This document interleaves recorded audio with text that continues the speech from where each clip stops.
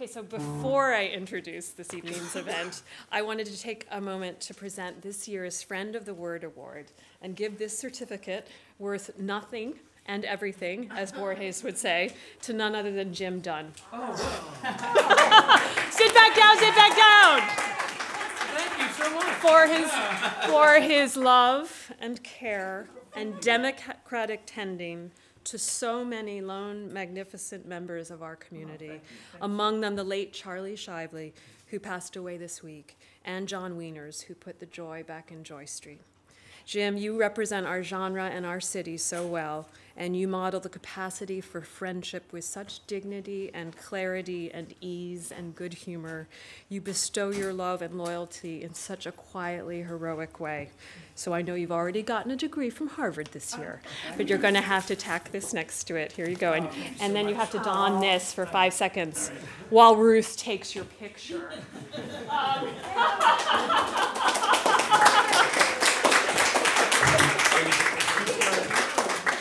Okay, all right, okay. Sorry, this is a little unusual for us, but we try to shake it up a little. Hey, Chris, do you want to sit up here? Thank you. This is why I wanted you to come tonight. I was like, oh, no. So if you don't know Jim, during the intermission, which will happen after something happens, please sit there. Please come up and meet him. He's a wonderful man. Okay, welcome to Boston Originals. You heard a little bit of this before, but I'll go through it for the people who weren't here. This series was generated out of respect for the diverse voices and unique forces that exist in Boston and its vast circuit at this current time. What is a Boston original? Since native only ever meant born, and since so many readers this evening hail from elsewhere, Colorado and California, to name a few, and some are hightailing it out of here to Brooklyn very soon, the truth is I've come to the conclusion, and it's not an original one, that no one dwells, that we are visitors, and Boston and anywhere called aware is just the sum of our comings to it and goings from it, and not just ours, but all the creatures and entities and atoms agreeing to be it this once. Influx and efflux, as Whitman said. I've lived or visited here for 9 years as of this month. More like 9 lives, since each year has been such a different incarnation and new nexus. This series is an expression of my profound affection for Boston's, in quotes now because we don't know where it ends or begins, multiplicity, its complex matrix of down-to-earth mystics, 9-to-5 philosophers, DIY intellectuals, its indefatigable activists, and quiet, idiosyncratic contemplatives, the great catalyzing spectrum of individuals who, as John Berryman wrote of Cambridge and New Haven, have in common song. He says, we have in common song. Tonight, Mary and I are so honored to launch our season with 8 dynamic poets and thinkers who represent the present tense of Boston and probably the present tension in the United States. Some have been in Boston creating poetry and community since the 1960s, and others have been here just since they started their PhD.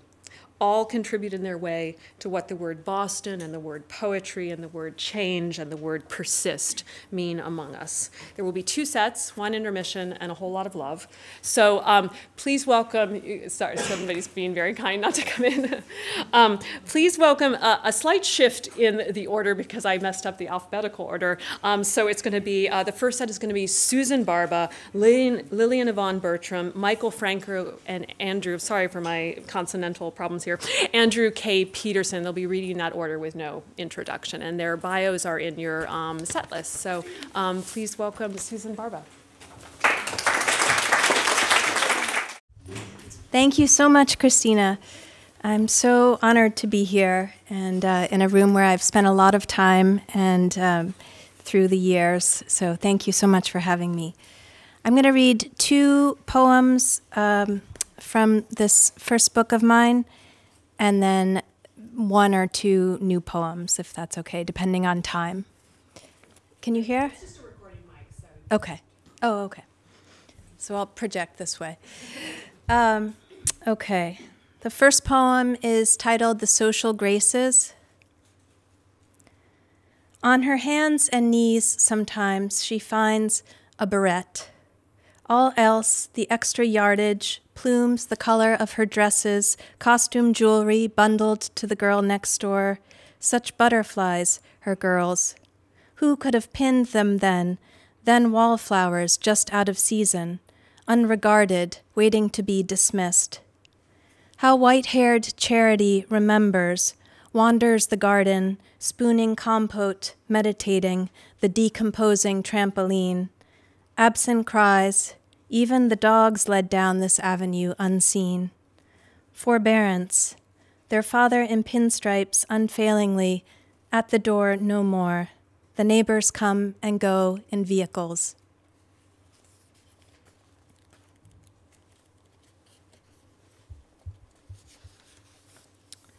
This republic.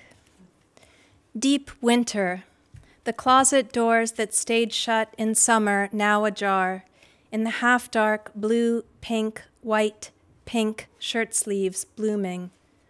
The bulbs I forced have lost their scent, yellowing into a tall old age, tall and unobtrusive, and more palm-like than paper white. A paper white without its perfume is like the intellect, straining upward, knotty, gnarled, stewing in coffee-colored waters, its leaves, if one can call them that, akimbo, sometimes forcibly staked so as not to fall over, staked through the heart of the plant, which is the bulb, from which spring's fresh, fetid smell once sprang. Laundry dried, folded, and hung, the baby baptized before its 6-month birthday. Last night, the first snow, the season defined now. Always the concupiscent edging out the intellect, and the irascible saying it should be so.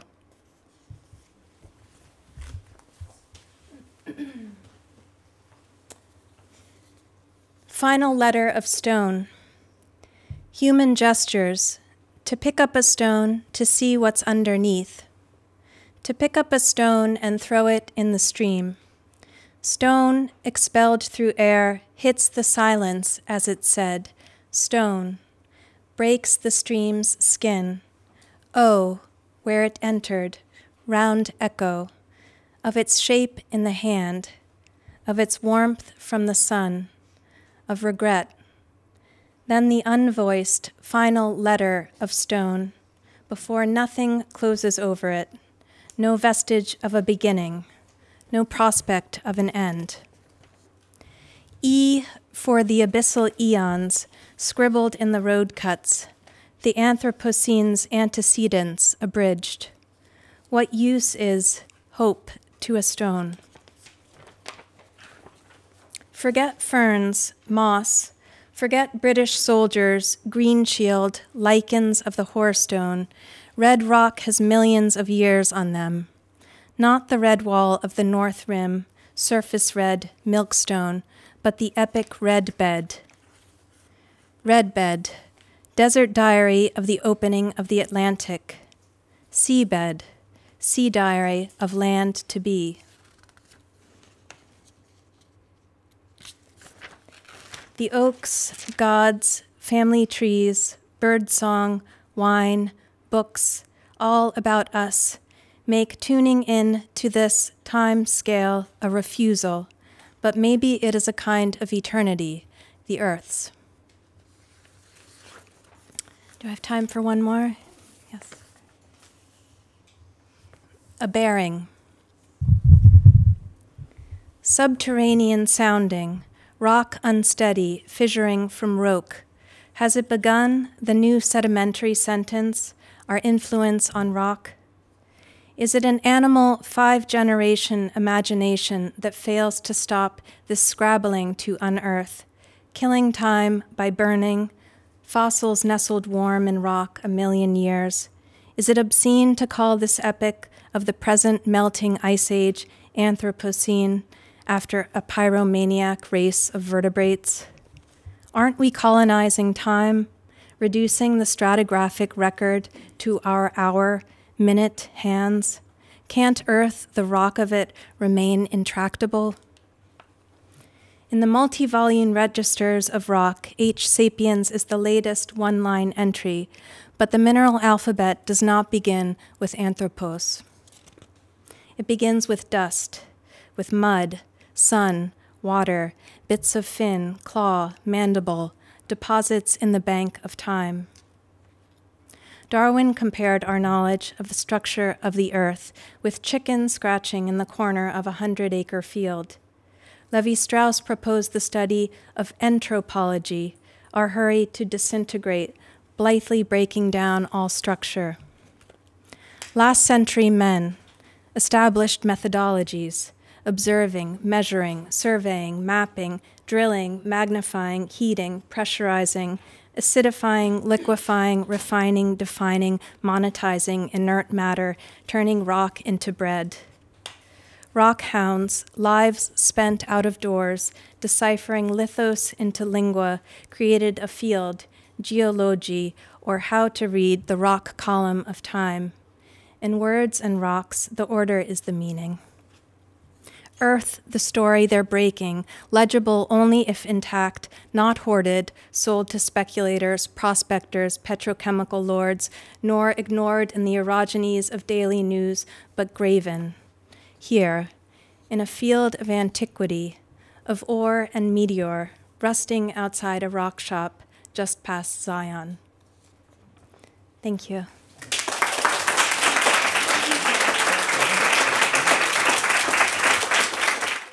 Hello. Hi. Oh, it's great to be here. I'm going to read a few poems.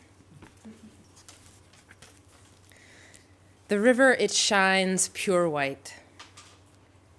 He jokes that he'll leave me somewhere around Danville.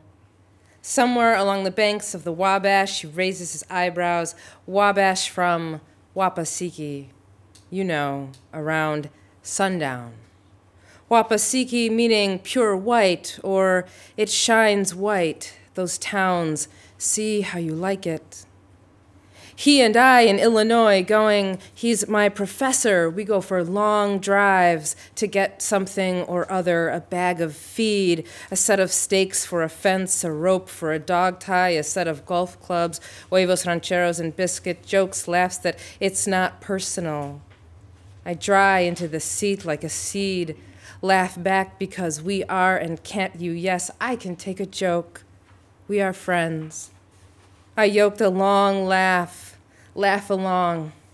It's Illinois, 2007, Tuesday's tornado siren test. It's not personal, the news about this surprising senator, member of a legislating body. It's not personal, he's so, for one of them, articulate.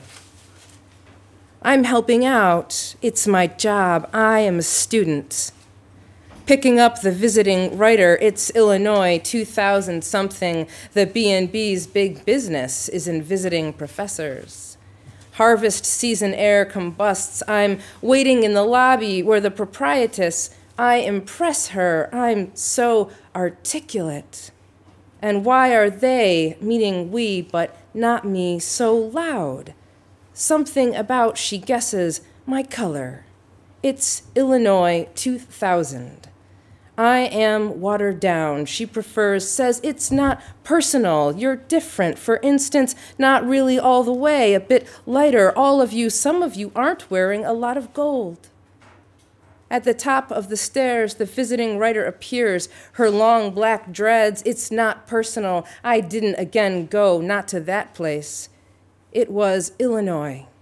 It was never personal, not going to write a recommendation, not for we used to drive long stretches in the country, white stars pass or choke the night ash of fields burning. I can take an it's not personal joke, not going to recommend. It's 2013-14, something the same facing pages, whose page breathes up all the air. It's not personal. I mean nothing mean by remembering to those who would have the clubhouse.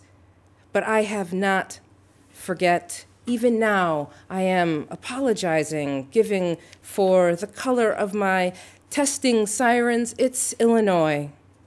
I tell my professor we're friends, that I'm mesmerized by the corn. It's why I came Midwest. I want to know what in all it's been whispering about prosperity all this time, about freedom coming in waves like heat off tar. I search the Illinois skies for funnels, stand 3 days a week in front of 22 students, stand like a strip of "it's not personal," like a strip of black electrical tape pressing wire to white wall. I listen for the storms. The storms, they say, sound like imagine you are facing a train.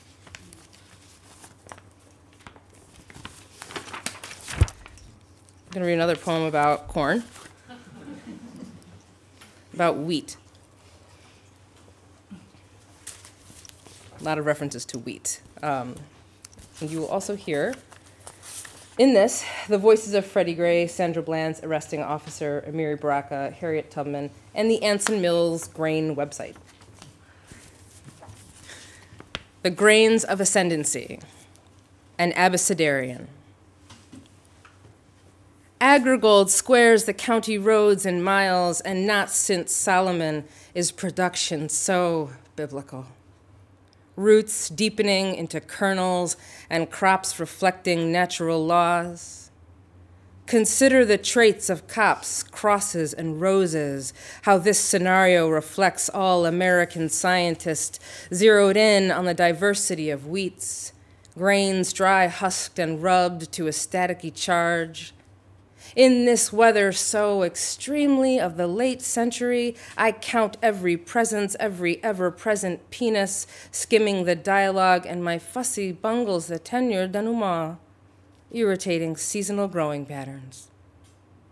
Yet the chemicals stagger to their greatness, yell over the world that the indigenous will inherit the earth, and some subsidized custer will till you under with a tweet. I can't breathe for all this modern wheat stopping up my nostrils. I await the American agriculturist to address the issue of this intolerance. For I too once loved the mania west of Independence, Jefferson City, and the world's only corn palace was closed for renovation on my visit. To kill time, I buy a pink police girl cap gun, a 5-point tin sheriff badge. Freeze or I'll light you up. Mankind came to modernity on the whittled backs of grain, blame schizophrenia on gluten, revolution on night sweats on red summer on red May on the wheat wave on easements easing open leagues of frontiers, hectares now proofing with bloom. Milling punishes grain and calls it progress. This night is Illinois quiet, save for the mill train and alfalfa fields shushing the air. And if I die in police custody, return me to my mother as a cup of rice seeds in a blood-soaked sock. This night is canyon quiet, is Maine quiet, and lobster shell red, the color of battered flesh, too changed to ever go back. Unhealthy wheat culture means civilization is in decline. And if we're gone, this whole playhouse goes up in smoke. And who left will pollinate these vacant hulls? I see green fields, but I can't seem to get there no how. Wheat can, but we can't winter here. With allies like these, who needs anthrax? Can you survive everything? Centuries in, centuries out, the roller mill restyles colonial wheat, the germs of revolution relapse to flap like cards in the spokes of Zarathustra.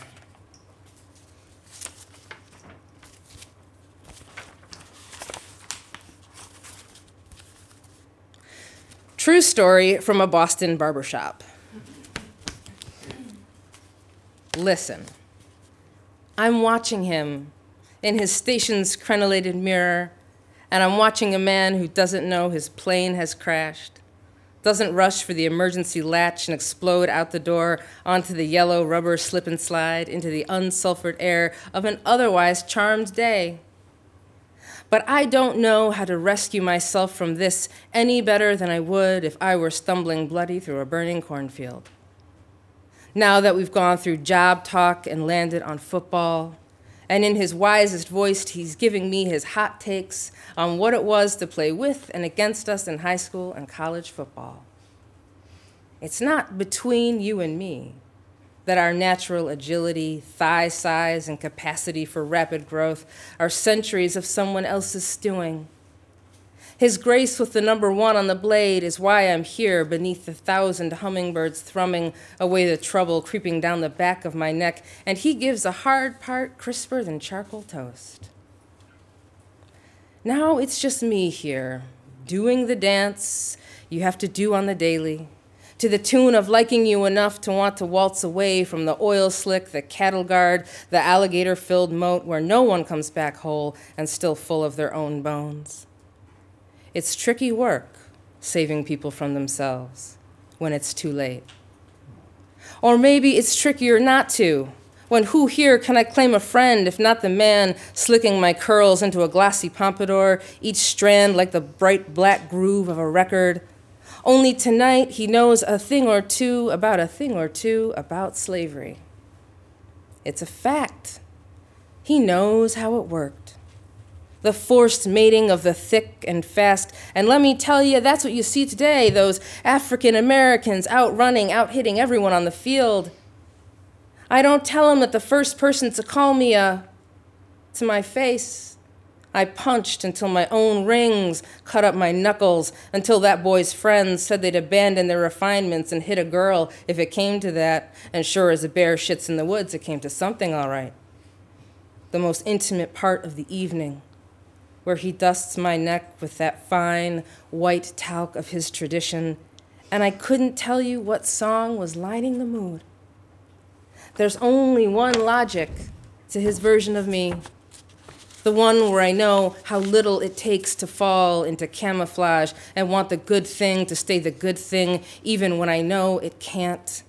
The version where I tip well anyway, where for generations, some masters have bred me for strength. I got time for one more?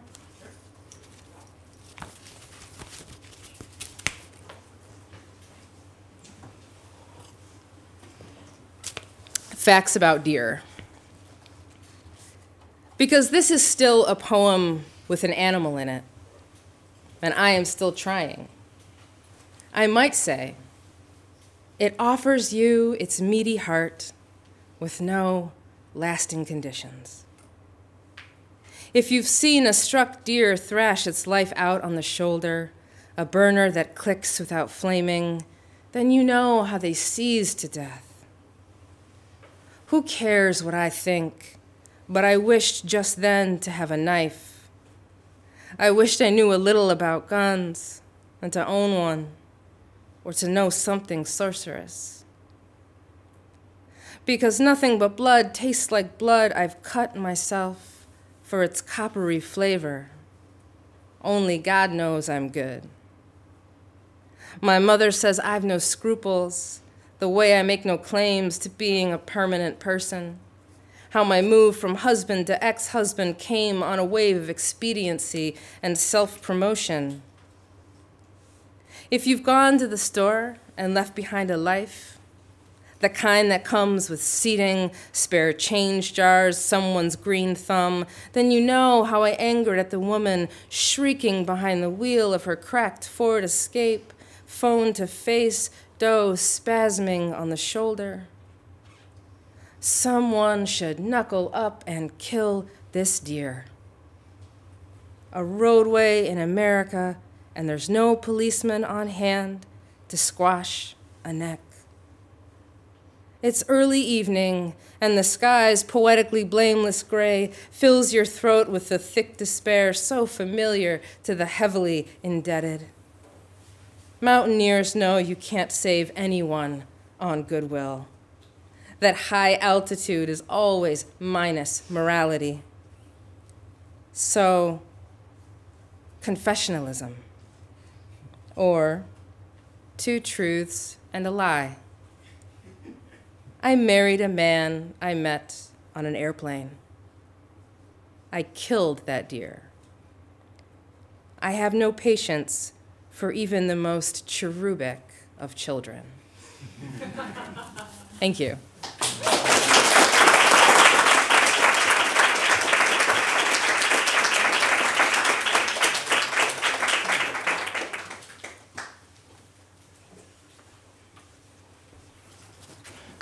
Good evening. I'm Michael Franco, and thank you for having me, Christina, wherever you are. I'm going to read from a book of measure, which just came out from Talisman last spring. I'll start with a bit of the beginning and then work into this, actually the second volume, which is not published. I keep trying to figure out how to describe it. I've finally landed upon the place where I say it's a landscape of narratives that is laced together by lyric bridges, and sort of in a collage-like manner.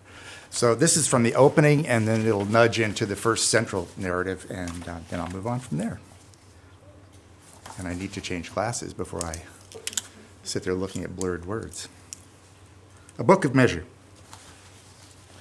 We enter again, gain or regain or lose our own madness. Lame words to rely so close upon. We wake up, come down from dream.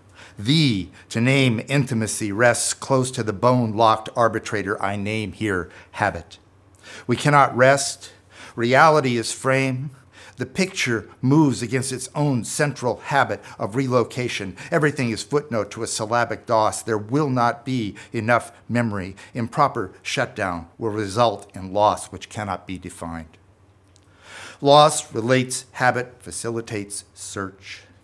Life shuffles through accumulations, old papers stuck together, layers of sedimentary vanity. Vein moves, finger run up into air. To recall original direction is to lose original direction. Cock twirling at the end of metal pole, squeak caw challenge to circular habits repeated in the face of imminent storm, never, not once, not even a little successful. Forestalling the inevitable, rain starts, strong, with repeated hesitation, gains a certain control through intensity, ends. Rivers of accumulation carry glass-eyed city rainbow of oil slick and twisted toward storm-drained runoff catch basin of would-be seascape by intentionless painter who, finding no movement, was condemned to paint tides. Accumulated rain on upper surface of leaves brushed by wind scatters showers without apparent announcement. The story emerges and we enter. We enter, and the story emerges. So memory then is stitched, an overtone threading between habit and loss, a thief working the locks of the essential door, maddening the scratching sound, lingering beneath conversation, beneath sleep, beneath falling in love, the extreme of mixed metaphors. Memory, never above nature, always measuring. Hear it? Always measuring. Biology eats at the stitches, a divine corruption of intention that lingers until a snap is not heard. Unannounced occurrences are history.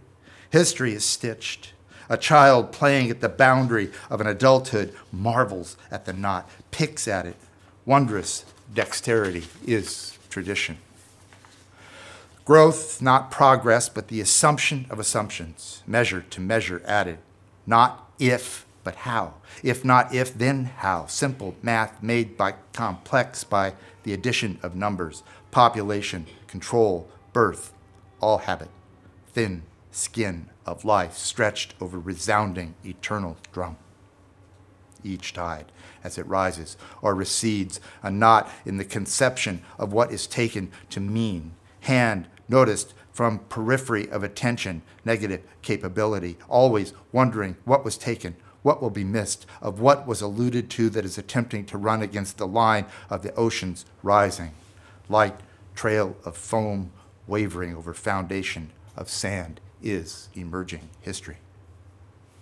Feet wet, crouching, he dipped his hand into the water and brought the ocean to his nose.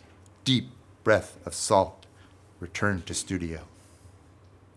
When everything listens, who will sing?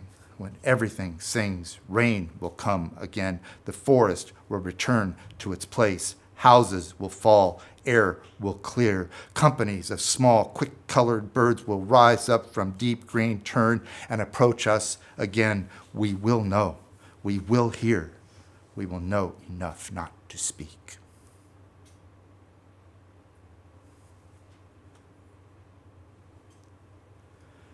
He kept a plate of bees in his kitchen.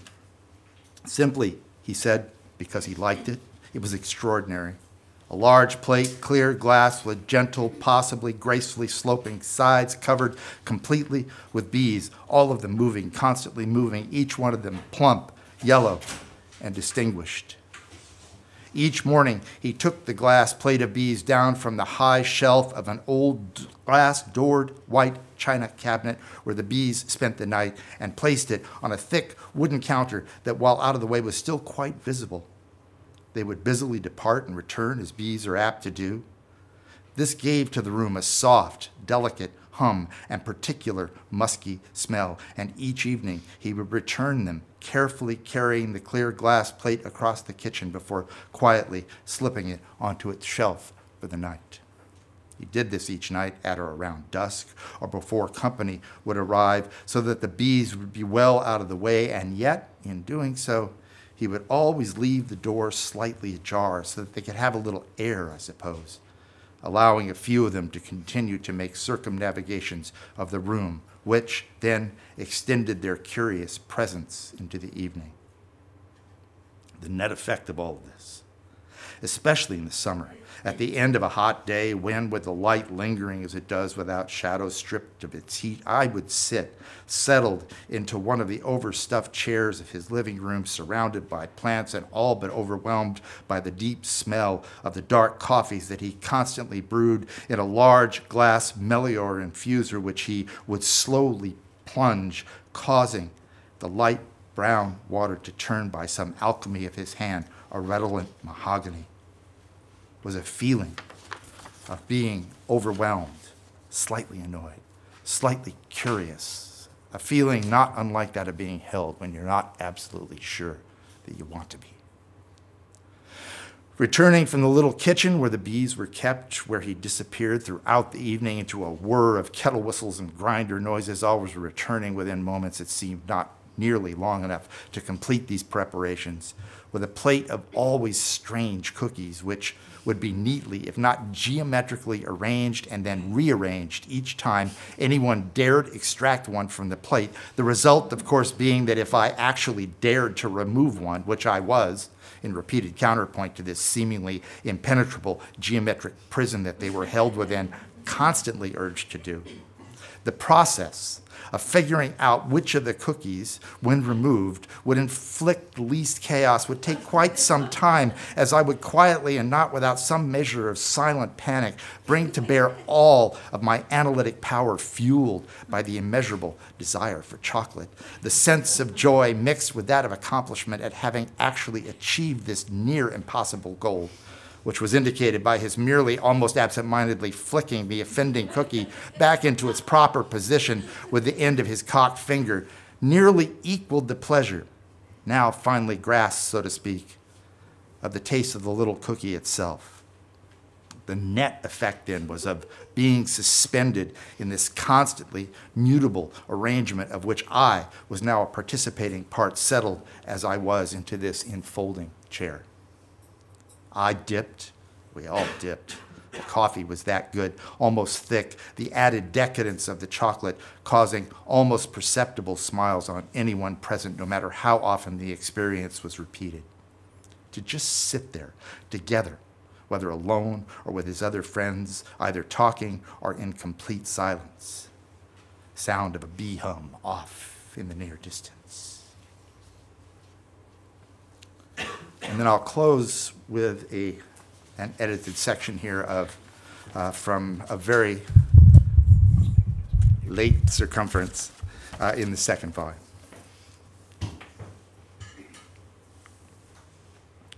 Life spin to reason, season, and rendered down to surrender.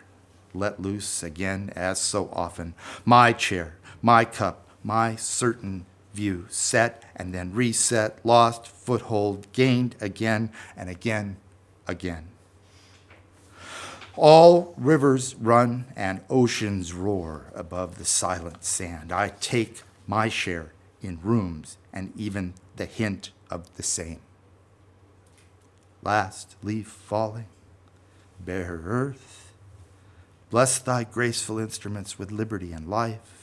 Springs up and dawn, calling back on frozen line, aches into being, rising the sun on golden arms, set on pure remembrance, blooming out of the dark on stalks of circumstance. Along the road to spring and just outside, the season set and late to brilliance, I am a traveler of no more than the day's horizon set on and voracious toward what notice I can, if I have the strength to look, take.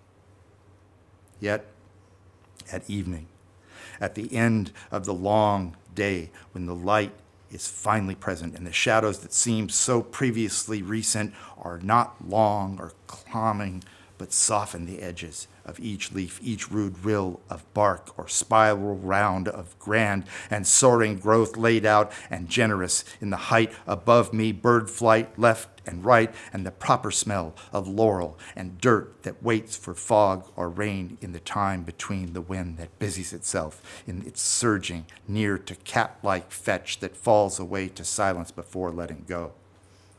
From this then, all things, myself, likewise flow.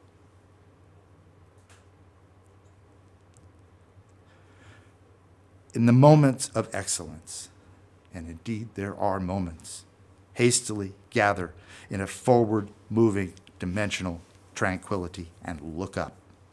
Relevance seams itself into a whole out of which narrative emerges, moving just shy of what actually happened before it overflows itself and pours out into history, which is memory. And memory is perhaps no more than time, which, like a smooth surface with a little dust blown Holmes-like across it, will relinquish a fingerprint indication of what was there, which, retrieved without regard, can savage a morning with thoughts of what is not. As today, it is both my father and mother who gave me both time and memory to recall from the aroma of a morning fire or the simple fetch of heated air emerging from floor grates in the small hours of morning to relax the taut night air with warmth, or in the fine clamor of a crowded table at dinner, first dinners, home at my grandmother's, aunts and uncles, teasing cousins everywhere, and a simple chicken and a simpler risotto, sourdough, and if I was lucky, a Coke. And my father, sitting on the blue wood box seat next to me, his then great arm around me, always I remember asking if I had gotten enough to eat. And the happiness that must have been my grandmother's, to have all of this swirling beneath her as she moved from the still, when I was small, wood-fired stove to sink the table and back, brooding over what was more normally a quiet and empty room. I return to this now, stunned, quietly, and without drama, but stunned by its complete and absolute absence. Begin then in absolute absence. This the true number line sequence we follow. Call it counting, call it called to account. The four directions circle and return to themselves. I count the days I left to others whose own lives never miss the steps of the counts I left behind. A dancer standing aside to move again, always, always away and near, even as they quietly move on. This dance of numbers does not stop for counting. Each sequence completes in its going on, then in completion. Time and tides and leaves and air, seasons of days and days of seasons, fingerprint, remnant, and each a position, a place from which to take note, take heart, take flight, and in terror soar toward what in the end is the only common comfort in sharing the obvious. We will step each step a dance of occurrence, each occurrence accumulates to being. I take perhaps silly pleasure in what I hear or feel of the reach into all of this. Martha Graham or Isadora Duncan reaching, extending a hand into empty air, occupation, place, gesture of search or longing or just not knowing, but in deep need, and from deeper pleasure, simple gifts. A hand will slip into yours, she said, and I laughed, and then it did. And now, remembering, I am bent toward more to then remember. As the compass needle will swing and come true, my heart, my eyes will find you, will smile and nod at everything that has happened or that has not, and in so doing, live. Thank you.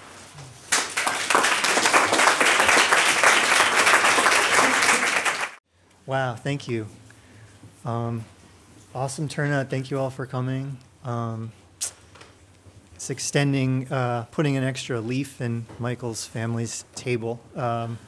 We were talking at dinner tonight, trying to make sense of this very strange present that we're in, and trying to figure out what the hell to do and how the hell to feel and what to do with these words. And my brilliant aunt, who's here tonight, said, you know, community. Just get with the people that you want to be with and be with them. So feels really good to be here. And thank you, Christina, for tending to this space to allow that to happen. Okay, so I'm going to read a couple from this little chapbook that came out earlier this year, and then I'll read some newer things. Quick word about the chapbook. This was published by a press called Locofo Press. Editor's name is William Allegreza. He's out of Chicago. He founded this chapbook series on January 20th, 2017. Something happened that day, something bad. He decided he was going to publish 100 chapbooks by 100 different poets for the first 100 days of the new administration, and then mail them all to the White House as a sort of collective, hi, here's some poets doing some things. We know he loves to read. Yeah, he's a big reader.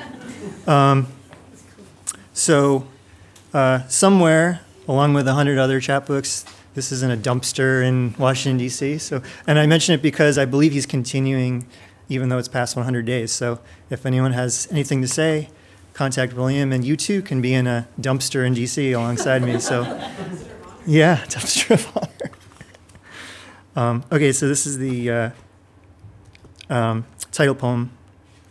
It's called "The Big Game is Every Night,"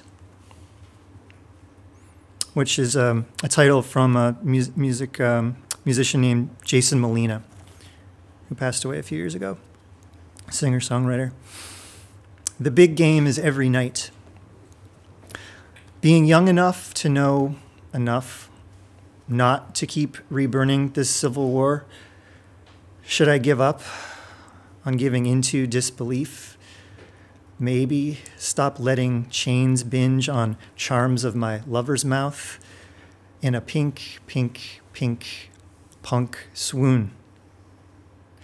Love adjusts its difficulties, readjusts its power as you can make a mirror warm, as you fall back into your love of one more thing as vulnerable clarity. Through their going, some return to you. Through the impact of needing, being needed through alms that steady the blush, to skim the lake for good vibrations, small and unhidden, slow going, but it is going. It's a big game, and the big game is every night. A mountainous rose, swells of diamond surfers, dub sparks on the moon's hood, a wolf at the brim of her kind.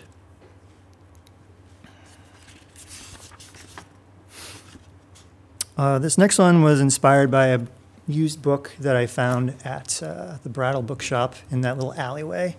There's a 100-year-old field guide called How to Know the Wildflowers. And in the copy that I had, the previous owner had notated when she had encountered these wildflowers, like over like 30 or 40 years of her life, like starting in the 20s and going to the 60s. So this next poem is inspired by her experiences and references some of the flowers that she experienced. And then months later, after I got that book, I was home visiting my mother, and it turns out she had the exact same book on her shelf, the same exact edition, so it's pretty cool. This is called Poem Placed on the Green Monster During Law Enforcement Counter-Terror Practice, Fenway Park, June 12, 2016. Unarmed and awake, awake, awake. We dance that peace, we dance that space of peace with a list of wildflowers seen a century of Junes ago that return to undo your removals. Silence the tracks of your hammers with the spells of summer in their eyes. Castanea, borage, buxus, rubus, campanula pyramidalis, aquilegia suppressus, bellus simplex, bellus perennis, arum dracunculus, fritillaria emerialis, narcissus sylvestris, digitalis, erica vulgaris, iris flammea, arundobambos, xanthinamanum, junipernus, lilium asphodelis. Unarmed and ache and ache and ache. We dance that space, we dance that pieced out space to overheat the wax from your wings with the sun high priestess of flower bullets. O complex city heart, let these spells of summer transmit from thine eyes.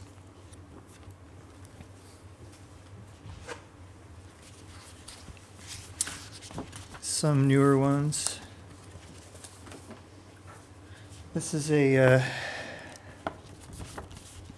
now familiar form, I guess. Call script. Hello, Senator. Maybe it was Yvonne's senator too, I don't know. Hello, Senator. Piercing and apportioned below the lazing drones, we summer in the consequence of keeping full charge with the real reality winner. Senator, dinosaurs are somewhere rooting for us. The fables of Phoebus, foibles of Gooble Gobble, bird ghost bodies and bone maps, some pleasanter moments in the century of C-SPAN's community access.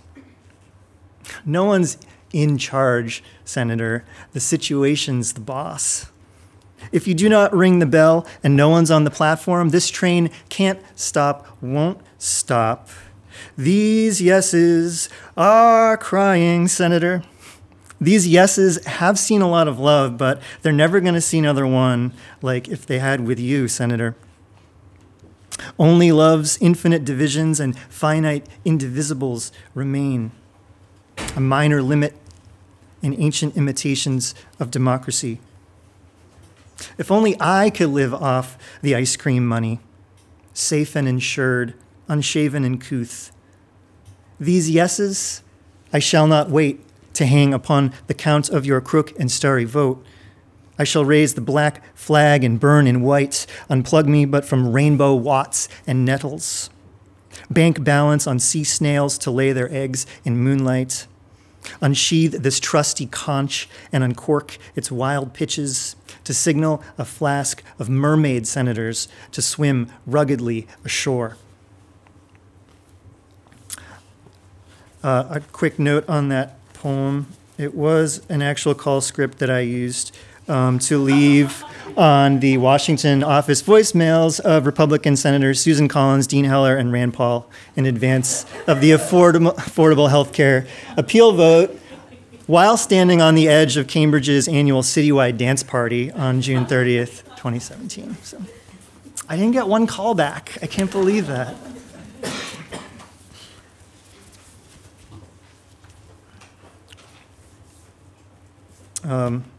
Here's a poem from a few of my senators. This is a cento collaging last lines that appear on page 30 of books by Barbara Guest, S. Whitney Holmes, Nicole Broussard, Diane DePrima, Lisa Cicerello, Dorothea Lasky, Joanne Kiger, Helen Adam, Lisa Jarneau, Barbara Henning, Akila Oliver, Sappho, translated by Ann Carson, Susie Timmons, Hua Yan, Kellen Lowe, Janelle Porter, interviewing Jessica Jackson Hutchins, and Alyssa Gabbert. It's called Gone Till November.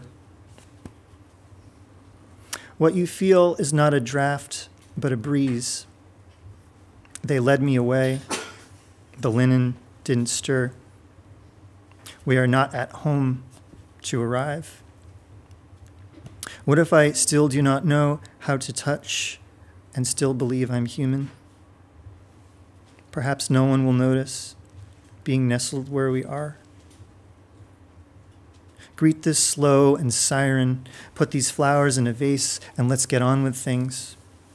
Ask more questions. Lunging for the air, singing, this is the day has made. Something to think about.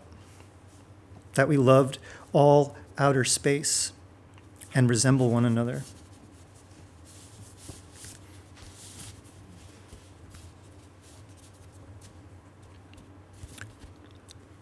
Polar Bear and Rosé. Say when. When. In the kingdom of enough is enough is enough is enough. Say when.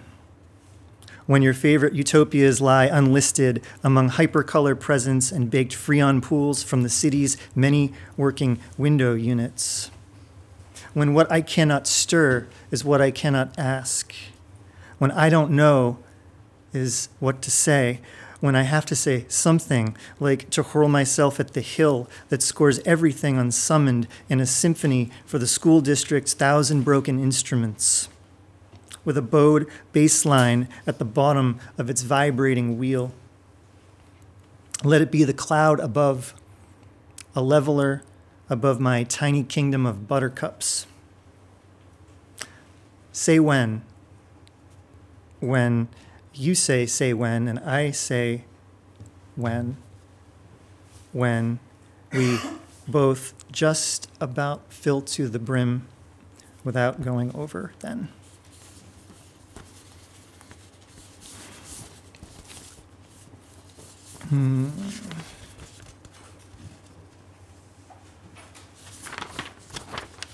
Couple more.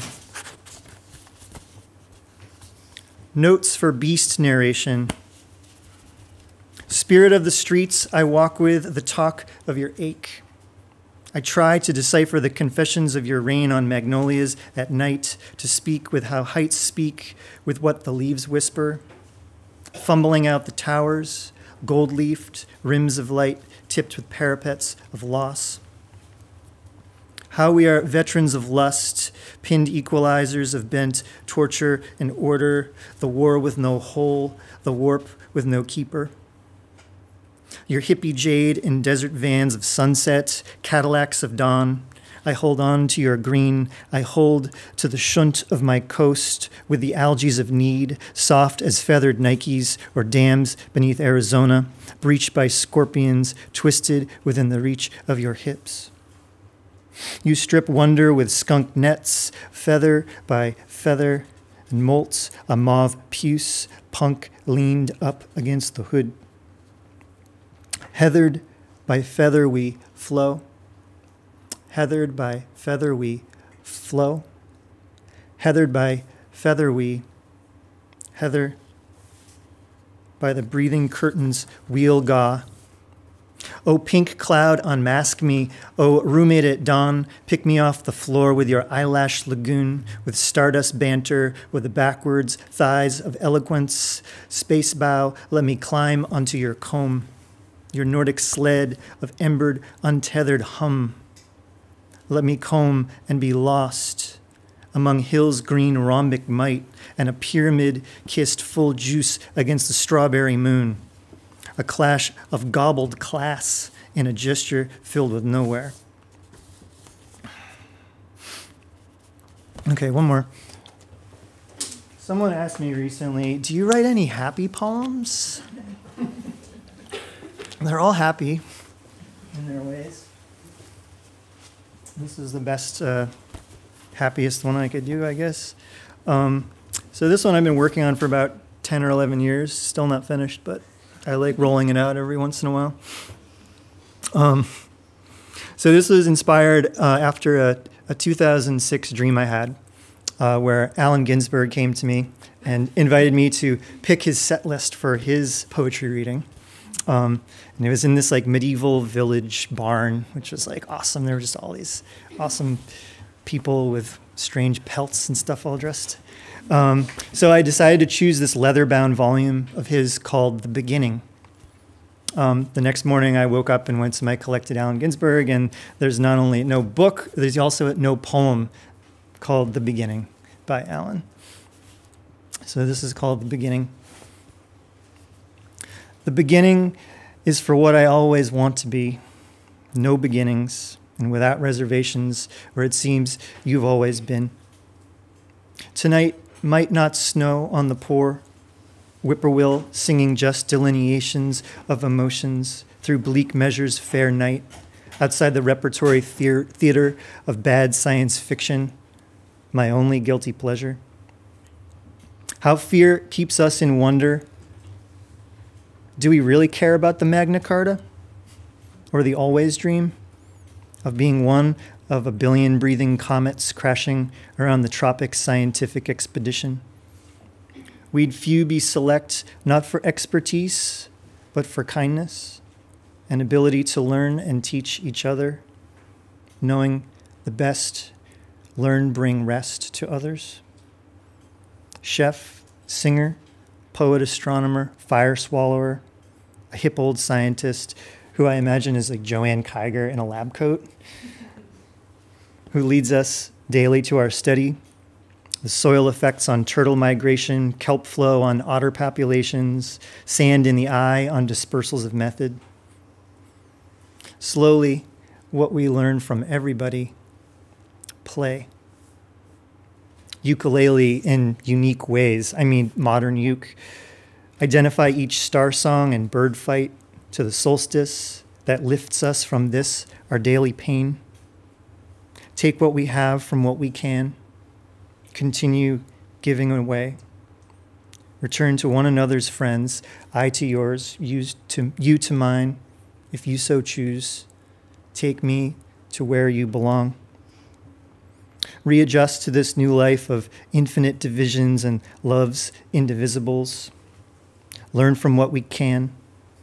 Leave the rest behind in the greened out 70s before the giant squid attacks me kind of fear. With no locks, just respect for the cucumbers we call friends. And find some ways of fuller living inside the always dream where we do the daily waking. Thank you all so much.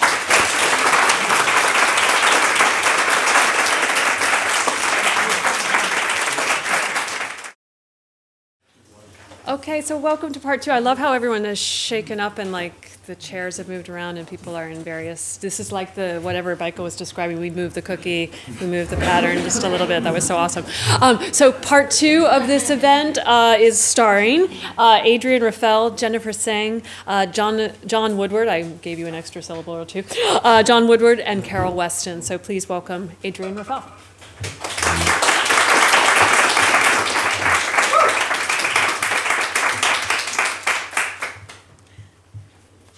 Thanks, guys, and thank you, Christina, and thanks the Woodberry Poetry Room. It's really exciting to be here.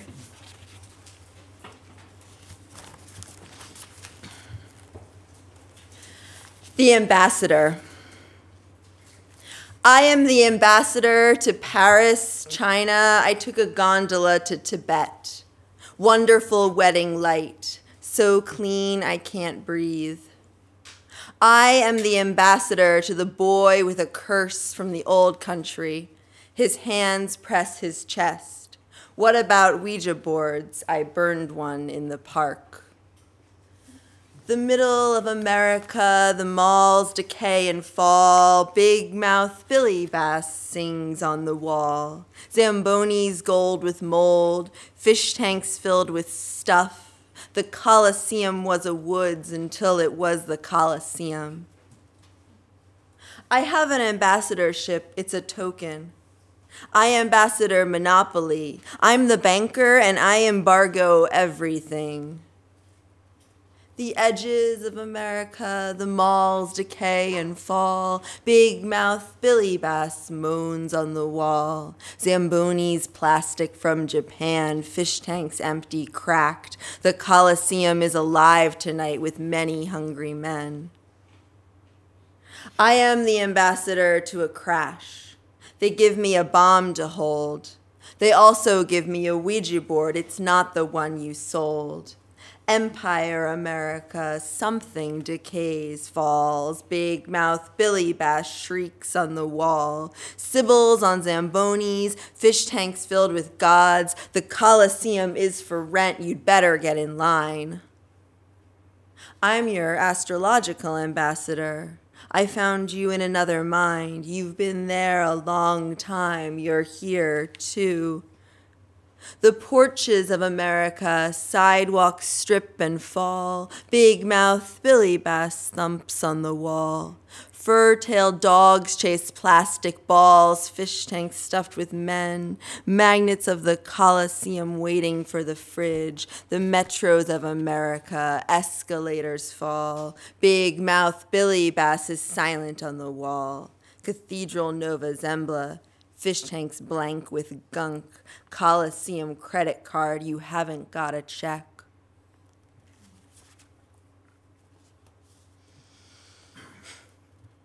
To the fountain. I ran over and over. The fountain is running and still. The water is off sometimes. The water is a living blue, dyed blue. The fountain fell out of a wall. I felt I fell.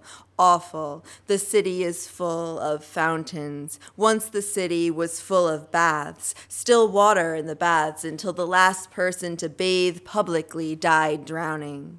Now the bathtubs are fountains, 2 in front of the embassy, 2 embarrassing. Look, a seagull. This city is no island, but full of islands, full of overflow. Every time I found the fountain, I forgot where the fountain was. From a window, I found a man on a rooftop watering the plants from his own overflowing. Below, no plants. The elephant in the square is no fountain. Saw a fountain of turtles all the way down. The waters lower, falling. Spring-fed sprung a leak. Earlier, the city's water was led too far from the source. Worthless. Wait, where was I? The fountain was a real forgery. The water, royal blue, the color forged but not fugitive. I'm led to the fountain with a clock in the middle, run by water, still waiting for running water to run right. I left.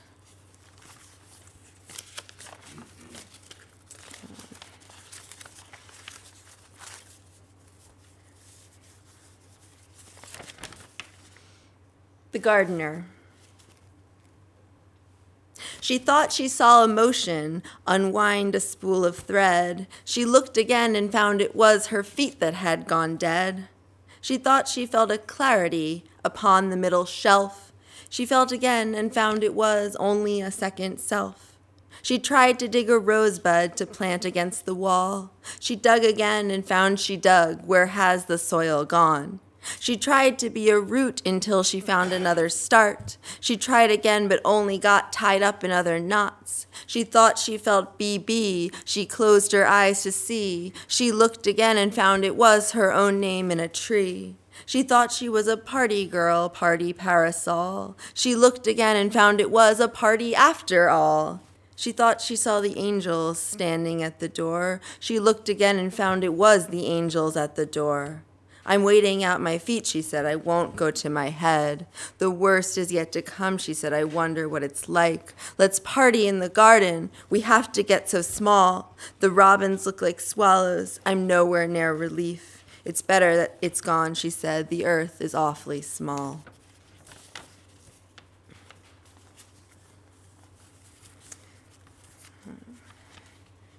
So the first couple of poems I read were from this book, What Was It For? And then I'm going to read, I think, one more. And then this one was a newer poem. I'm going to read one more new poem and then return to a couple more poems from the book. And then we'll move forward to more originals.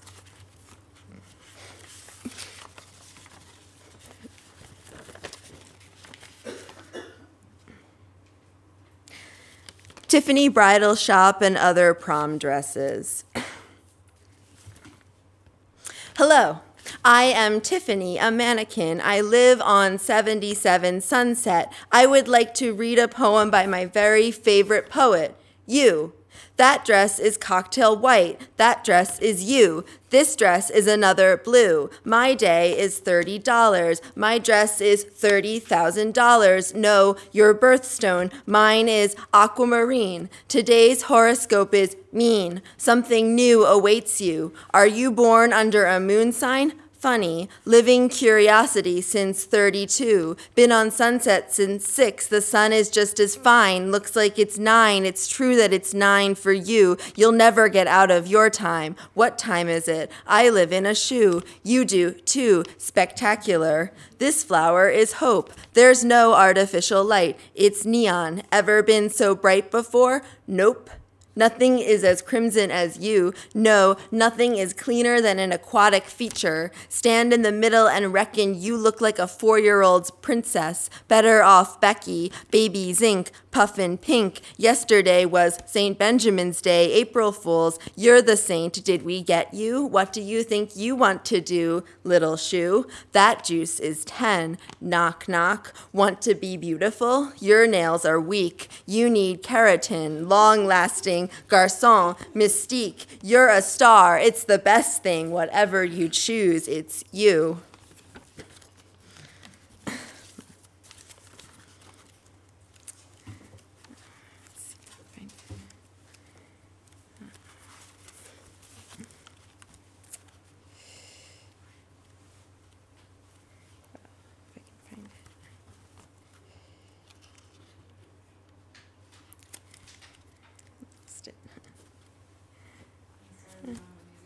I know. Here we go. Agar, agar, little star, today I am gelatin. I make a mold of my body cavity. The doorbell rings, I go outside, the sky is pink gelatin. Welcome to Vacation Island. The doorbell rings, I go close and leave my body behind. Welcome to Vacation Island. The sun anneals me torso pink.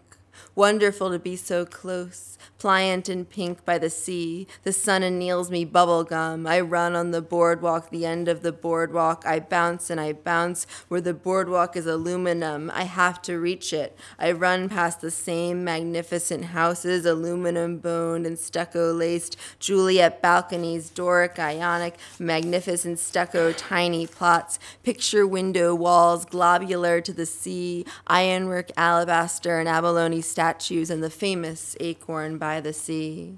The color block windbreaker trio, marvelous socks stretched to the knees, summer to the skin, and rotisserie women, puffy people waiting, slathered in something gunky, elaborate bits of neoprene, all kinds of people on all the tattoos in places in marshmallow folds. I've never been so translucent, never so runny. The white hot sand makes my feet pinker. What part of me will I tattoo? I can go so far and farther. And then,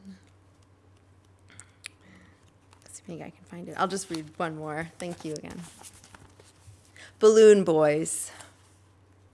One flew into the mountain, one flew into the sea. A third boy flew into Bismarck, not into the Swedish embassy. No one dies in the mountain, no one dies in the sea. They're already dead in Bismarck, the embassy's closed today.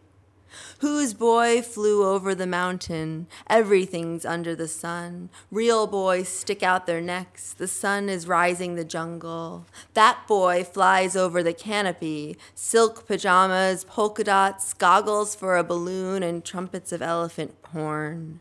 Your boy is reading a newspaper, 1,000 years old, soft as cloth. The other boy is practicing the origami goose on $1,000 bill. Boy, there's a gold brick strapped to your chest, dent in your chest the shape of a brick. The straps are made of leather. They're smoother than your skin. Boy, chief evangelist of the oracle, are you an angel, investing everything in 60 women in red and 120 sticks? Also, that boy has a regression. He's in the German cavalry. He's high up. He's Bismarck. That boy is a genius, but our boy flew a plane. Our cargo hold is packed with thousands of long-stemmed roses we grew in flower farms. They need to be ready for us, boy, by Valentine's Day. You'll make the roses happen. We locked in our price in November. The boy flies a plane into the UN to see what it's like in India, Indonesia, Iran. If it's the same time in Chile as in Nova Scotia, in Hawaii, it's yesterday. Who's got a Victrola in the balloon? The only record is clay. Put it in the Victrola and put on the needle. The vowels sag down in the middle. Our boy shot the last pigeon. We think it's in the bay. Let's rot here in the marshes, boy. It's good to be a bum. Shatter the boys into 1,000 affordably gorgeous aqua blues. Find me an oasis. Life is under the seat.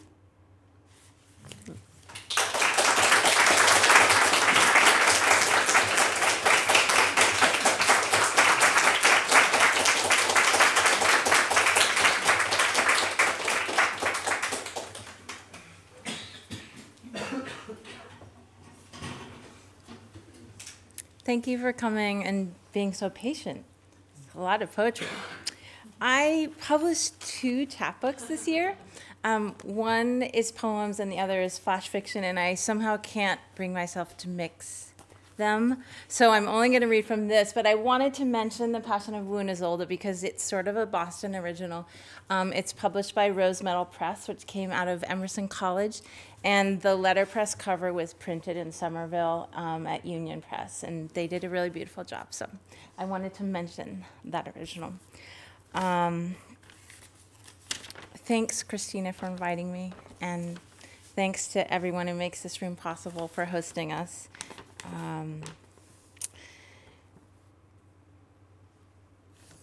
This is Not So Dear Jenny.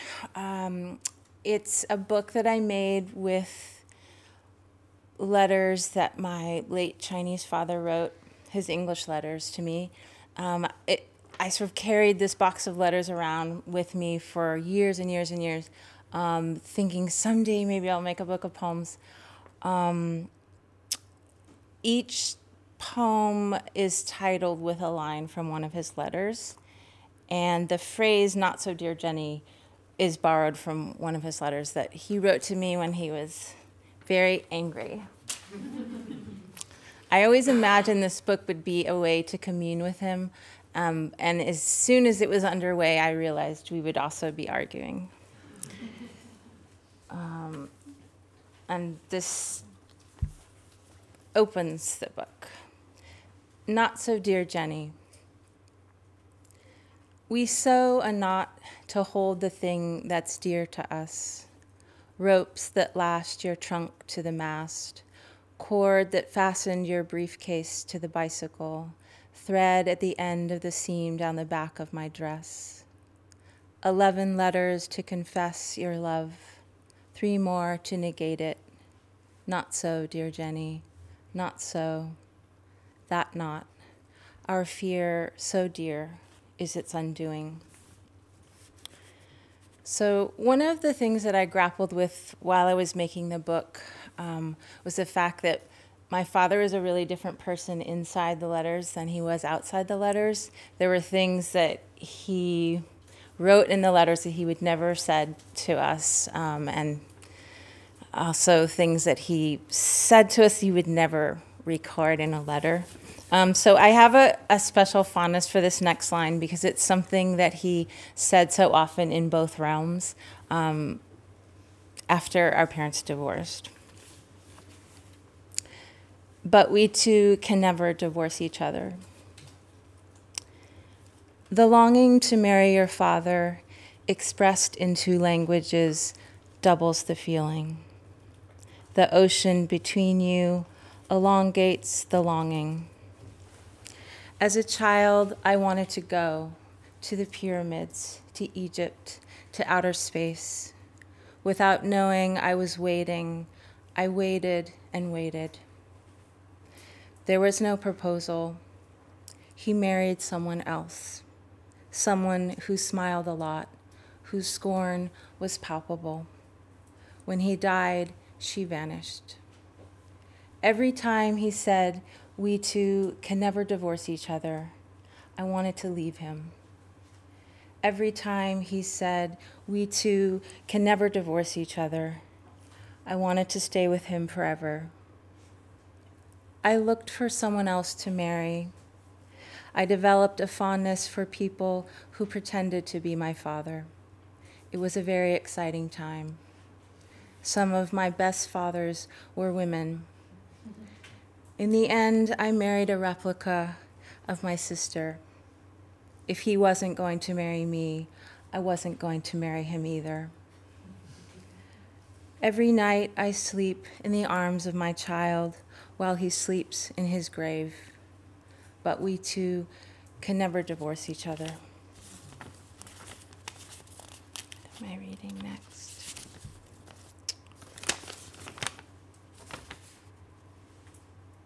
So I have a sister, and in our family, she was the girl and I was the boy. There are pros and cons to each.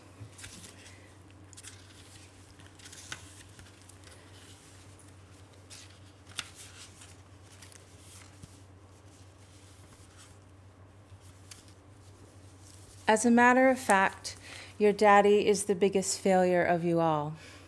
I could not even hold a family of 4 together. Facts matter to him. We were all big failures. He was the biggest. He couldn't hold us together because he couldn't let go his jaunty rhetoric, cunning like silver, holding the pearl in the handle of a knife. They said I was just like him. He called me first son. He called me number 1. They called me daddy's girl. He was the silver and I was the pearl, and the blade was life. We were all one weapon.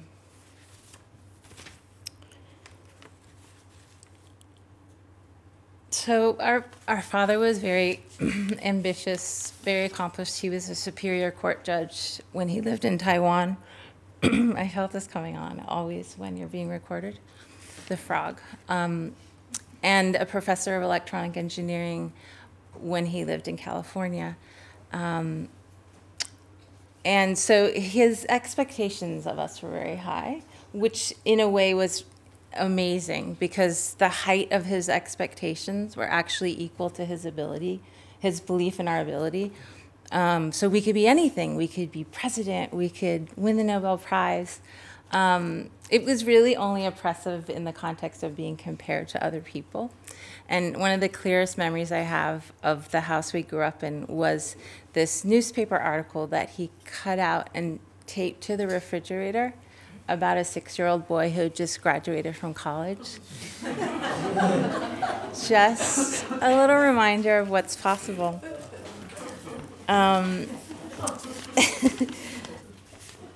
So for me, death has been the great equalizer. And I can't possibly read this next poem without mentioning the fact that I'm really excited about Ishiguro winning the Nobel Prize. And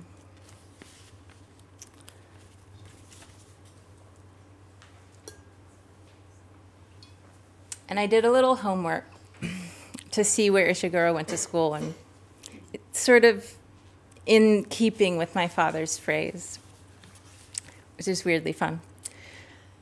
None of the literature Nobel Prize winners I know of were graduated from the most prestigious universities. None. Comfort or come to the fort for your punishment. Bend down on the common ground of our lousy origins to be whipped. Your honor, no bell will ring when I prize you out of the frozen ground. It's not hot as hell in California, but you're there, putting down roots. You winners are underfoot, graduated from the most prestigious universal. Me, I'm walking, crushing leaves with my boots. Just another loser, breathing air.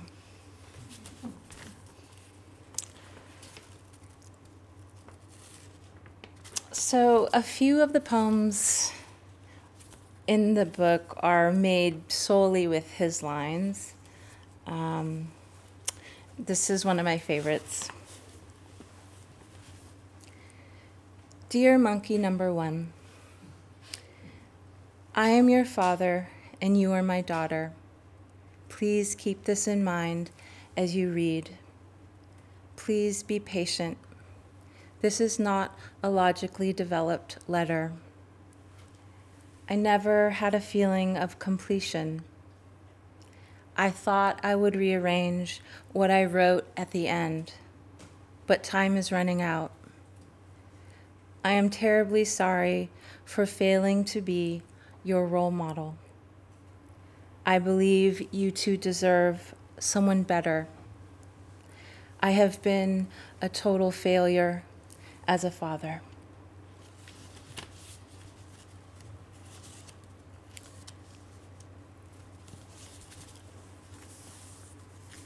So this last one, the story of how it came to be is pretty much inside the poem, but I have to do one more shout out to Ishiguro because I really haven't been this excited about a Nobel laureate since 1993. I never read one word Toni Morrison wrote. There are many ways to love a person. In 1993, he wrote the words Toni and Morrison in a letter to me. I was at a residency. The same prize that ennobled her enabled him to see 12 letters differently. The word Nobel, so noble it kept ringing in his ears. Years before the prize, before her nobility in the world's eyes, my father was the person who heard the name Toni Morrison and asked, "Who's he?" He never read one word Toni Morrison wrote. After the prize, he never did either, but the words Toni and Morrison entered his lexicon. He flexed the 17 muscles in his hand to make 12 letters of the English alphabet occur in a particular sequence. Her name became our cryptonym, a silent hymn we wrote to signal allegiance, a code we sent back and forth during a war that was otherwise raging. I was living alone in the woods of Texas, walking the red dirt roads so reminiscent of past wars. People stared at me as if I were the enemy. Most had only seen a face like mine on TV. One man had seen me years before in a jungle. I was a trigger for the time he pulled a trigger and I died. There are many ways to kill a person. At the nearest store, I asked for tortillas. None of the clerks knew what they were. Texas is big enough to hold most of Vietnam, Cambodia, and a large chunk of Thailand. There are many ways to live there. I went back to the cabin and wrote Toni Morrison a letter.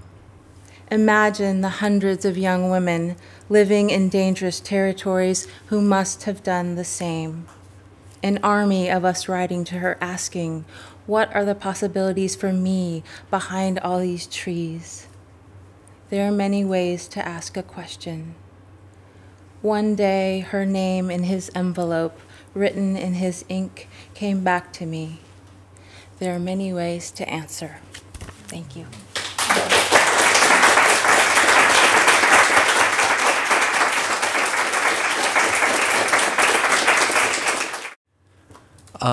Hi, thanks for staying, and thanks, Christina, for inviting me to this.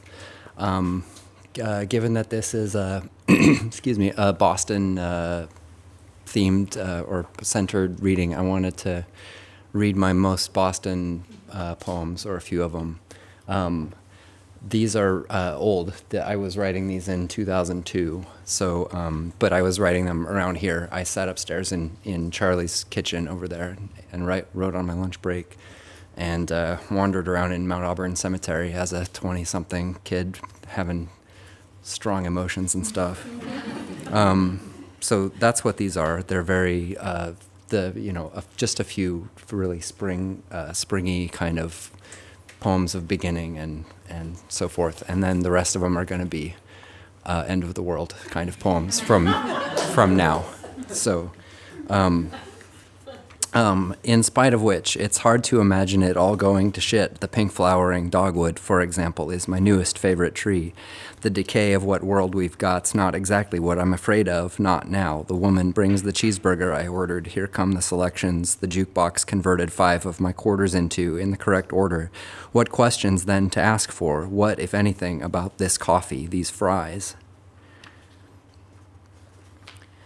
It's going to rain. I'm going to go see Spider-Man. By the time the theater lets out, it'll be raining. I won't have seen it start. I'll have been watching a boy turn into a spider. I saw something on TV last night, a sort of round window admitting golden light into a room where a young man sat, staring out the window at a head-high pile of what looked like scrap metal. The man who sells me fruit from his stand is either a very pensive man or a little slow. Just now, on the sidewalk, I found a tiny egg cracked open on one side. Its shell is speckled like oatmeal. I'll have to look up what bird might have laid it. Inside, there's a moist pink indistinctness with a black spot I assume was becoming the eye. Also, there's a little yolk left, not much. Completely naive Oriole earlier, the orange opposite of camouflage, analogous to the little ditty he and I exchanged whistling back and forth. I got him to follow me 5 blocks before he figured me out. The kingfisher was the other story, war-crying like a ratchet for only impossible reasons, then dropping into his pond, re-emerging with a goldfish flapping out the side of his mouth, slapping it against a branch to arrive at an understanding.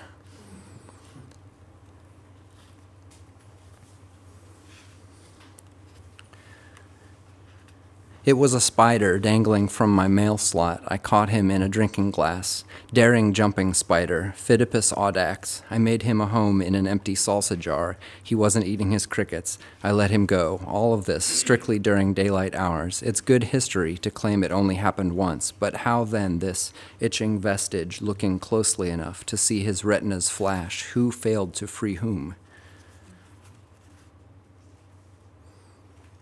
This is the second shower I've taken today. I didn't need to take this one. All I did today was wake up and watch TV. At one point, I walked to the grocery store and bought a pound of strawberries for 99 cents. They weren't too tart. If my body is found, I want them to pack it with strawberries. I want my casket lined with strawberries. I want them to bulldoze strawberries over me. Your wish will be granted.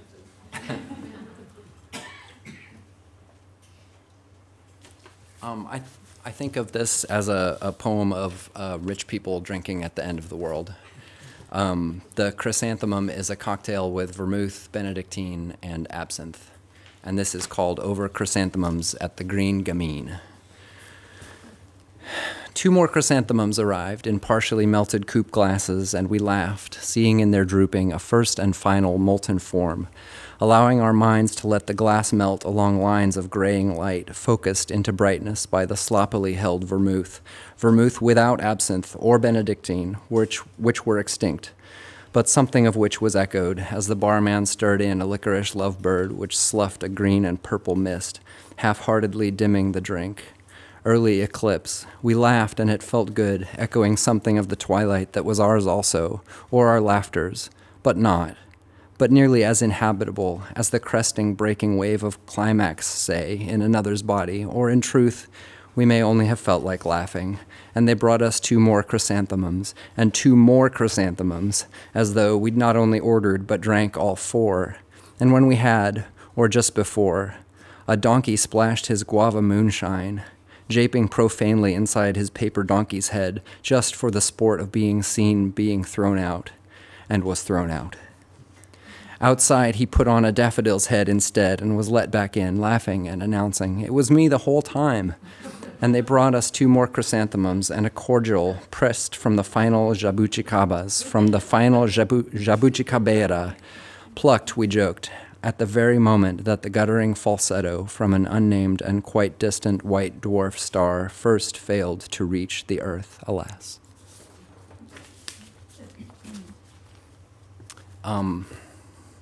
Some short poems about a sort of a joy buzzer.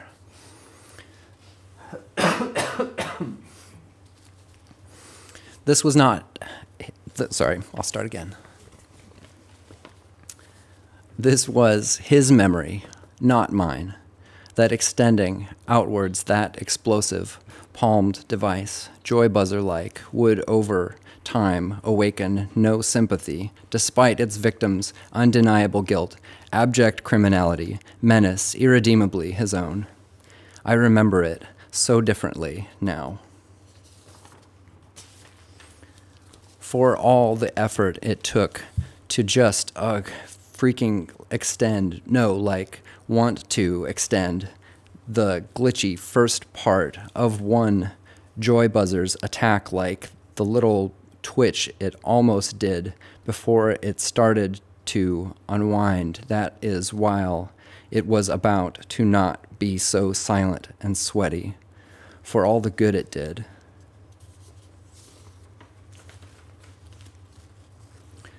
When I see his stupid mush with each wrinkle slicing perpendicular to the center contour of his frown, I know how joyful the dead joy buzzer at the central unwrinkling of his brain will feel to jolt with joy again when he finally, whatever, realizes. Like a perfect string of profanities, like little aluminum fish rippling with sin for starters, oh man. Like the wrinkling of bells sounds to him, like a ripping open zipper if flesh could interlock, like gear teeth and get pulled. Like something you'd do with somebody without asking, because asking would spoil it. More than most animals, we human beings depended on one another and trusted each other implicitly for love and survival. The inventor of the joy buzzer, Soren Sorensen Adams, broke this sacred pact we had forged, perverting its most essential heartfelt symbol, the handshake. Thus, turning all its truth to illusion and now human life is hell, Your Honor.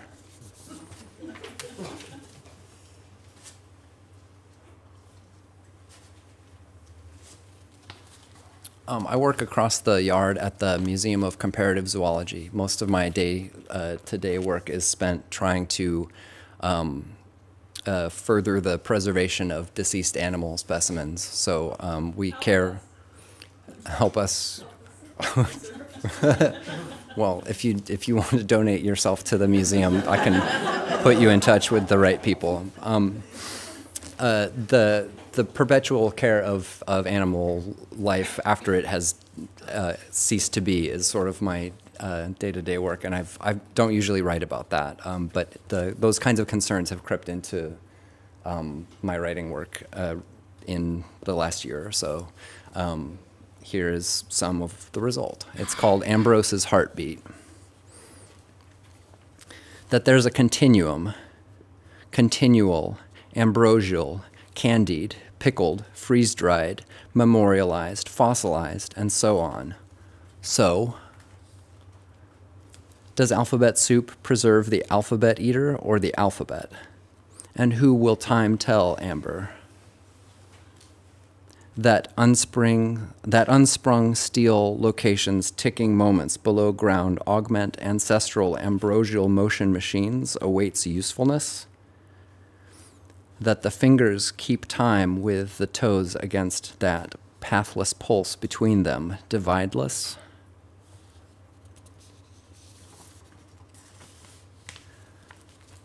That do rivers keep time rivals other questions to put while they weigh your worthlessness. That to have an impact that is Ambrose's, the Ambrose's heartbeat must seem not to. That being actually absent from a landscape you'd be happy to be absent from, Amber. That artichoke field made of ancestors' trash they welded onto the horizon saws the sunsets. That whatever is sweet and simple about your life come easily to mind and often.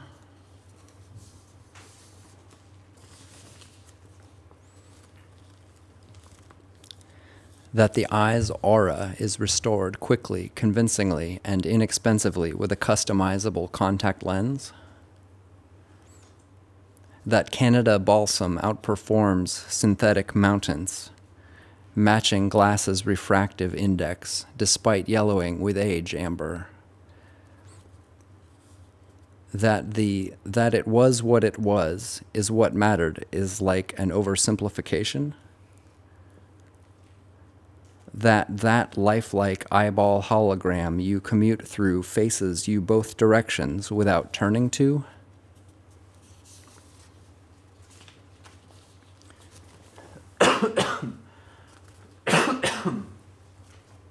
Excuse me.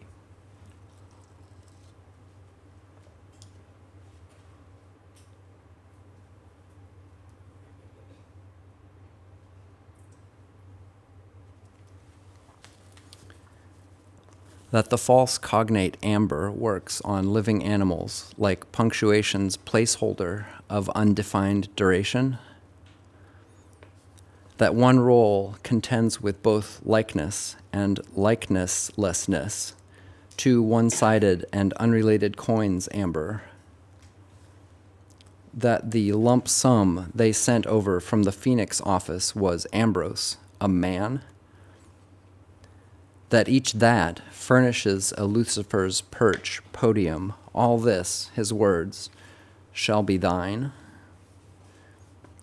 Renewable vessel following, swallowing, verb by stillbirthed pauses, tongue twisters, namesake's edibility is artichoke.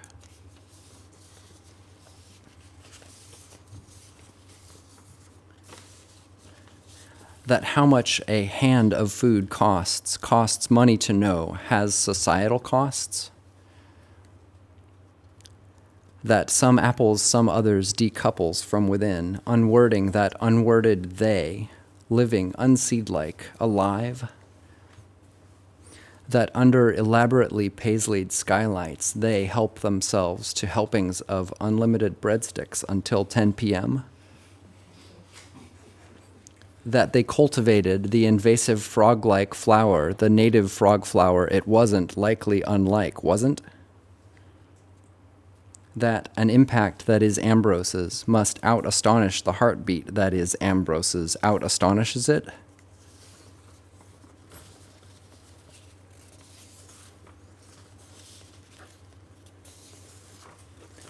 That dreaming by fleeing feeling, I had my feet stuck, stepping in another's footsteps, Amber.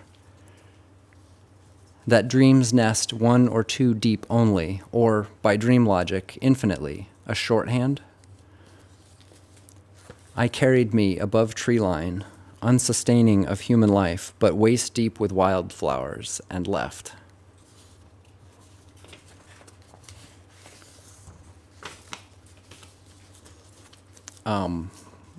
Knowledge game over dream.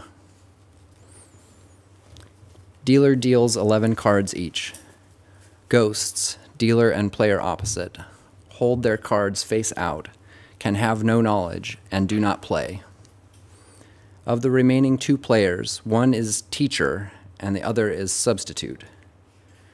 Teacher returns to empty classroom to find substitute radiant with knowledge. Teacher's puzzlement is genuine. The bell on his desk, which he typically rings as a way to focus the attention of the students, seems to be ringing itself over and over.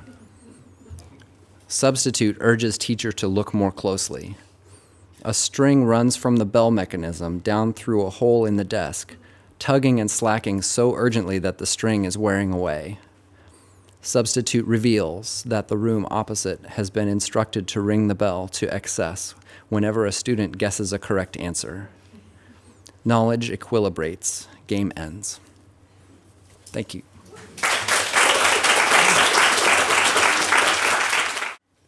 Well, anyway,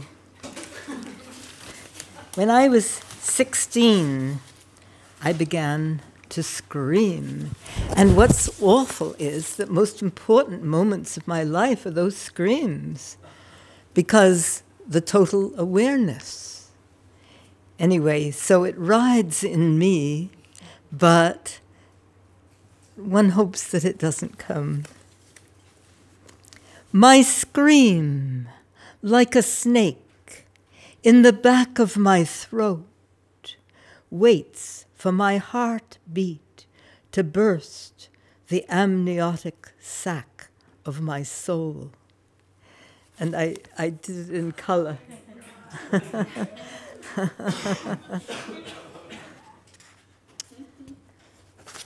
Well, anyway, I ran away from college.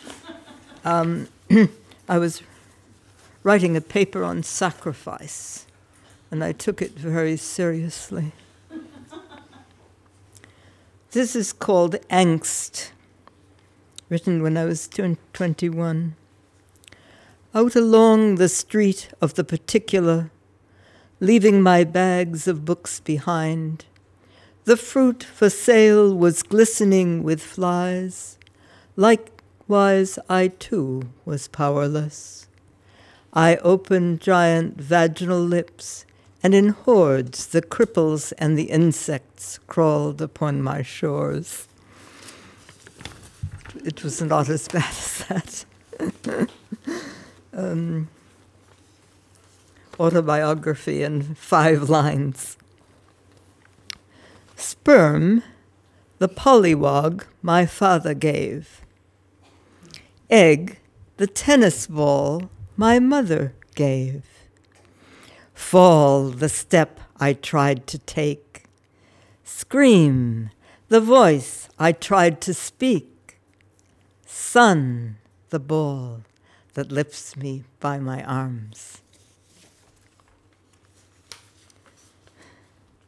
Now, I always wanted to run with Steve Jonas, the poet Steve Jonas, but I never asked him. So I made up for it later. This is from The Race. The race is operating through the midnights. Look out your windows. You can see the figures giant size that move slow motion through the lamplight. And something haunting in their rhythm and their sureness, and something peculiar in their vulnerability and slowness, and something strange about their flesh, that everyone goes out their door to put a sword through, and it does not scream, but it keeps moving, the procession of isolate eyes on the highway, bearing gifts to no destinations, having no rest. They come to a doorway. They recognize it. It has been taught to them through the endless midnights, and the stove will be on. And what they brew there is a giant rest of a drink, spreading warmth, burning along the tongue like brandy made of fire of many colors. And the chairs that rock there are of fine wood carved with many faces, and the ultimate shapes lie on the table, and the masks are taken off, and the flesh returns to wholeness, and the sun shines boundless and restoring through the window, and the eyes open wide and of many colors, for the lenses have been lifted off them, and the books are there. Blank, embroidered books waiting to be filled, and the pens, a silver filigree, feathers from the market on the bridge over the slow river. There is time now to let the tears flow, and the songs rise, and the pens flow, long as the breath comes in, and the limbs dance, and the water, air, and fire remain.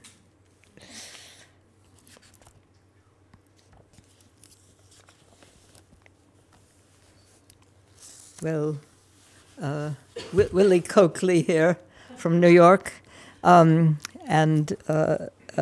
John and I have known the poet George Barker, the British poet, born 1913, and is no more. The ass that turns the world.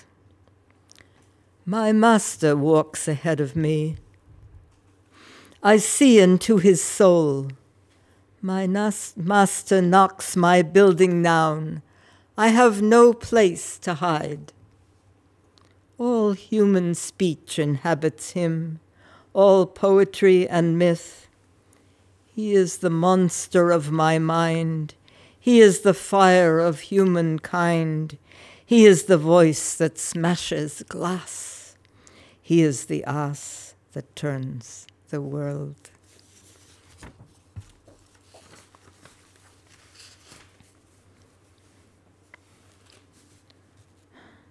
Well, I went to drumming one day, and that's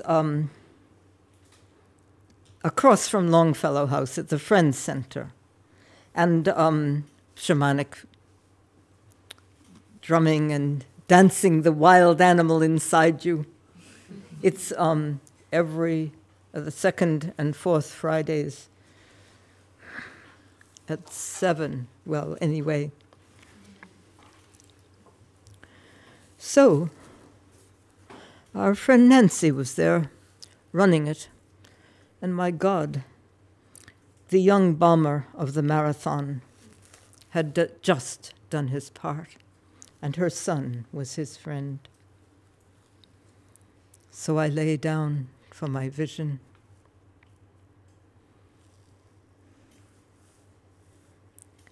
You went up to the sun and out the other side, then into the sperm whale's jaw and stomach, and out of his mouth. High in the sky, I asked you, who are your friends? You replied, the microscopic creatures in the clouds.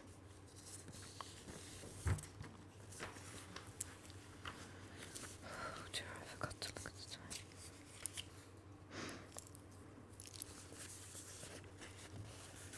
time. Oh, yes, well, I ran into this picture, and in a library by Alex Gray, who some of you know.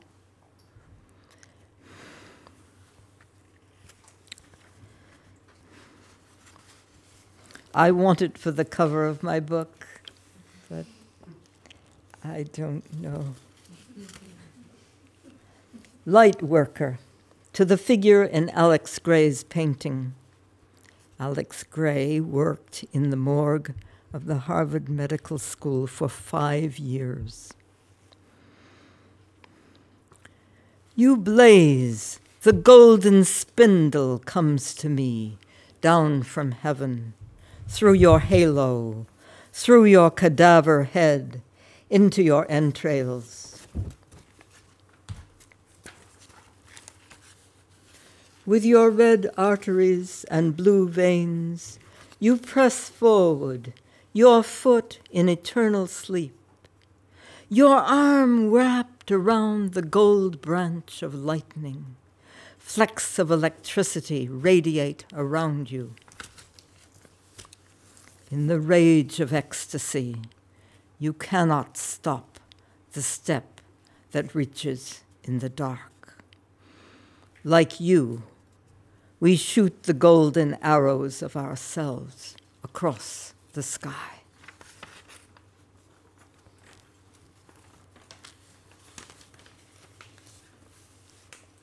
Well, clock.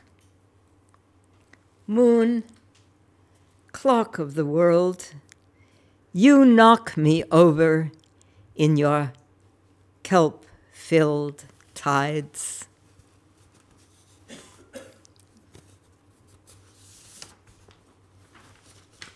I look at my watch. My darling time, you are eating me alive, and I love it.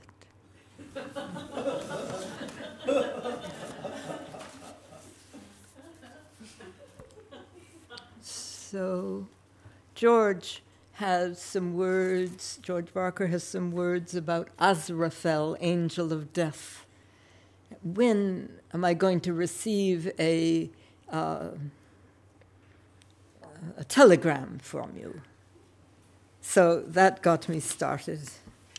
And my friend Serena made this incredible drawing of Azraphel. I don't know how she did it. Azraphel, hands around her neck, I have come to introduce you to death, Azraphel said. Hold your hands tighter so I can see my destiny, she said. In my pocket, I carry fossil whale's inner ear for balance and jasper to represent the floor of heaven.